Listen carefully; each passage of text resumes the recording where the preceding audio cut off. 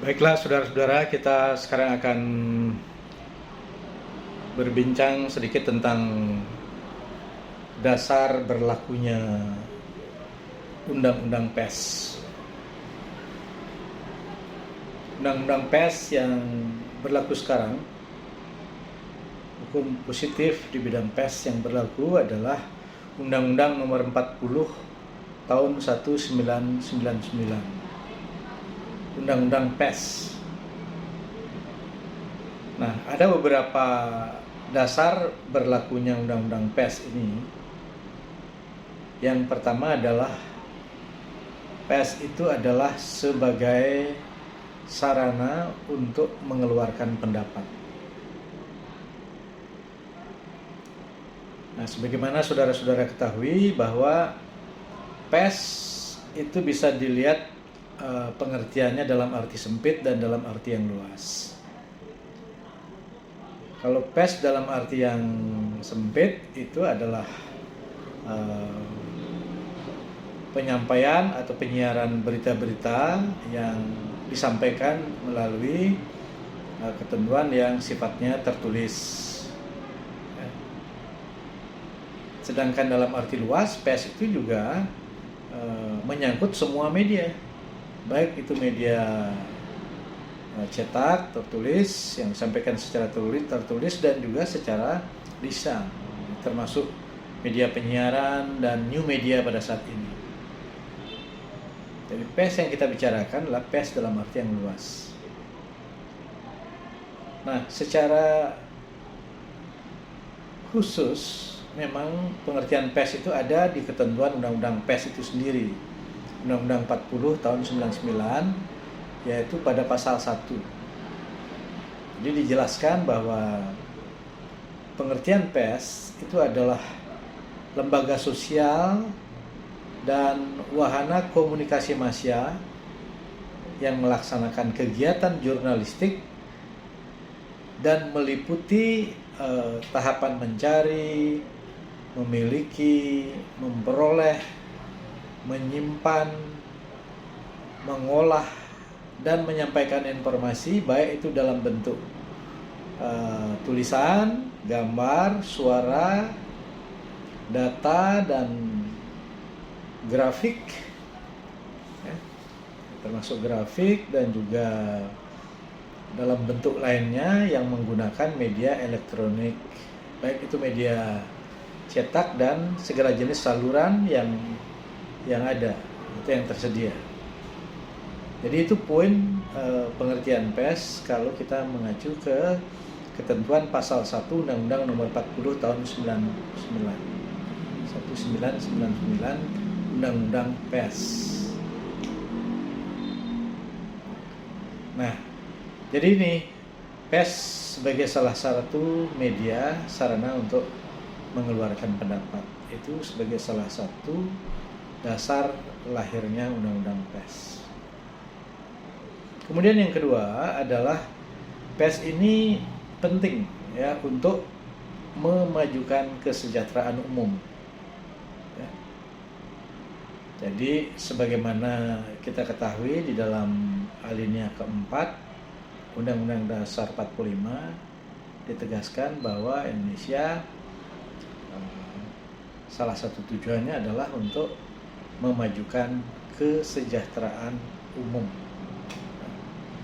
Jadi PES ini harus berperan di dalam ikut memberikan informasi pembangunan, melakukan komunikasi untuk efektifnya pelaksanaan pembangunan kepada masyarakat, sehingga informasi pembangunan yang disampaikan atau yang dilakukan oleh pemerintah itu semakin meluas dan menjangkau banyak kalangan masyarakat. Karena itu PES perannya di sini adalah bagaimana memotivasi masyarakat supaya semangat membangun bersama sehingga bisa mencapai tujuan secara bersama-sama. Karena itu PES di sini penting karena harus ada pemerataan informasi. Jangan sampai informasi itu hanya dalam kalangan terbatas, dalam kalangan elit-elit pemerintah saja, tetapi harus sampai ke grassroots, inilah pentingnya pers itu untuk meneruskan, memperluas informasi kepada segenap khalayak masyarakat kita di Indonesia. Nah, itu dasar yang kedua, bahwa pers penting untuk berperan memajukan kesejahteraan umum.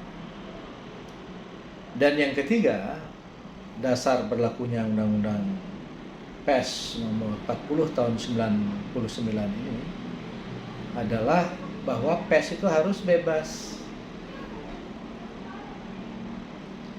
Nah, pers itu tidak bisa dikekang-kekang, ya.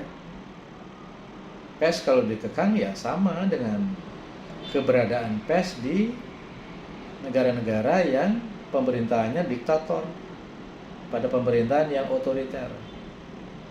Jadi pada pemerintahan yang otoriter, yang diktator, pasti jelas tidak ada demokrasi. Jadi kalau sudah tidak ada demokrasi, ya jelas eksistensi pers, ya, hidupnya opini-opini masyarakat, opini publik adalah besar pengaruhnya dari keberadaan pers yang bebas. Ya. Jadi semakin demokratis suatu negara, maka di situ opini publik, pandangan, pendapat masyarakat akan semakin eksis, semakin kritis, sehingga akan membuka ruang pikiran daripada warga negara atau masyarakat itu sendiri. Nah, kalau dikekang, ya itu akan menimbulkan kemandekan berpikir. Jadi kalau sudah ada kemandekan berpikir, ya jelas tidak ada kemajuan. Sebab kita tidak akan berkembang dan tidak ada gagasan-gagasan baru, tidak ada inovasi-inovasi dalam masyarakat. Jadi dengan adanya kebebasan pers, maka gagasan, ide-ide baru masyarakat akan muncul, sehingga terjadi inovasi dan akan menyebabkan akselerasi bagi pembangunan bangsa.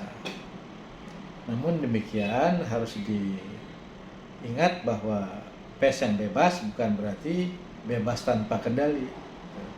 Pers yang bebas adalah pers yang tetap dalam bingkai yang harus bisa dipertanggungjawabkan. Jadi pers bebas dan bertanggung jawab. Itu yang ketiga, dasar lahirnya Undang-Undang Pers. Dan dasarnya yang keempat adalah pers itu juga sangat berperan dalam menjaga perdamaian dunia.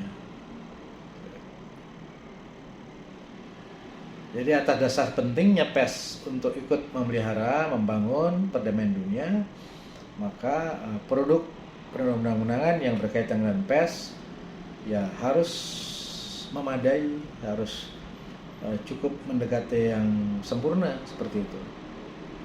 Nah, pers yang ingin dibangun adalah pers yang menyejukkan, ya. Pers yang menyejukkan, pers yang sejuk bukan berarti adem tanpa ada inovasi, tanpa ada kreativitas berpikir yang kritis, tidak seperti itu.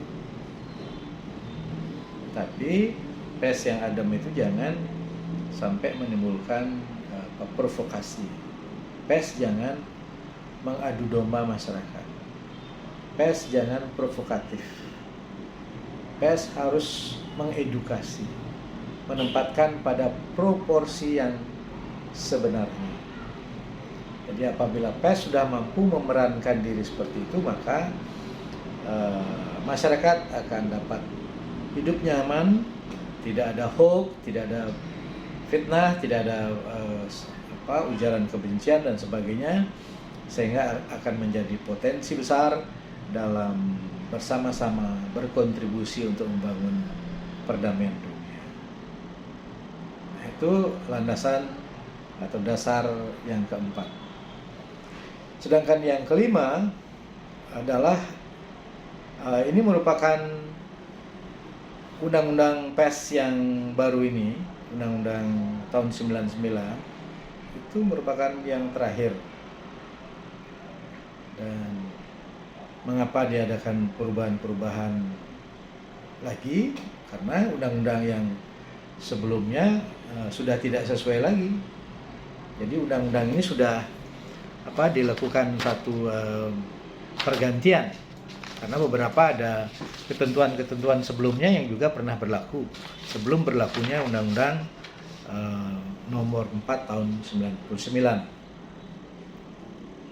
Jadi sebelumnya memang ada beberapa undang-undang pers yang pernah berlaku di Indonesia. Jadi yang pertama pernah ada Undang-Undang nomor 11 tahun 1966. Ini namanya Undang-Undang Ketentuan Pokok Pers namanya, tahun 66, nomor 11. Ini yang pertama. Kemudian undang-undang ini dilakukan perubahan, muncullah berikutnya yang kedua, ada Undang-Undang nomor 4 tahun 1967. Undang-Undang nomor 4 tahun 1967 ini adalah undang-undang sebagai bentuk perubahan daripada undang-undang yang sebelumnya. Jadi perubahan daripada Undang-Undang nomor 11 tahun 1966. Kemudian lagi hadir yang ketiga, Undang-Undang nomor 21 tahun 1982.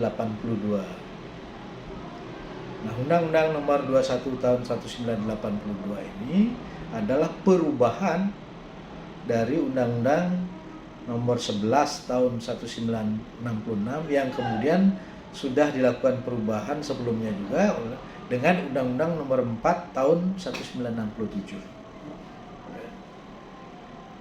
Jadi itu Undang-Undang 21 tahun 82. Nah, kemudian yang terakhir yang masih berlaku sampai sekarang adalah Undang-Undang nomor 4 tahun 1999, yaitu Undang-Undang Pers. Jadi Undang-Undang Pers yang masih berlaku sampai saat ini adalah Undang-Undang nomor 4 tahun 1999, Undang-Undang Pers. Jadi inilah yang eksis sampai sekarang yang kita jadikan pedoman dalam penyelenggaraan pers di Indonesia. Jadi undang-undang yang lama sudah tidak berlaku lagi. Nah, dasar berlakunya undang-undang pers ini juga yang keenam adalah karena pers itu sebenarnya lahir sebagai amanat konstitusi. Ya. Pers lahir sebagai amanat konstitusi. Konstitusi kita adalah Undang-Undang Dasar 1945.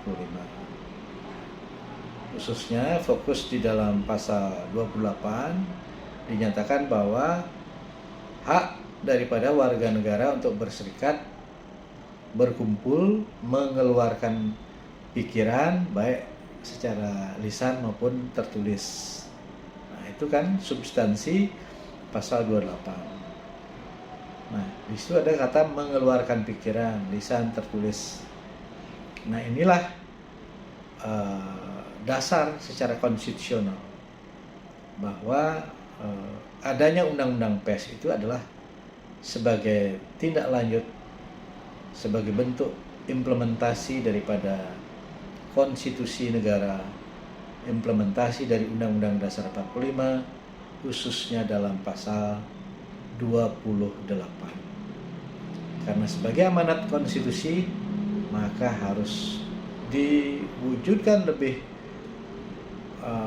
operasional dalam bentuk undang-undang. Nah, inilah yang kita jadikan panduan, kita jadikan patokan sampai sekarang, dan ke depan tentu akan disesuaikan lagi sesuai dengan perkembangan dan dinamika zaman dan masyarakat.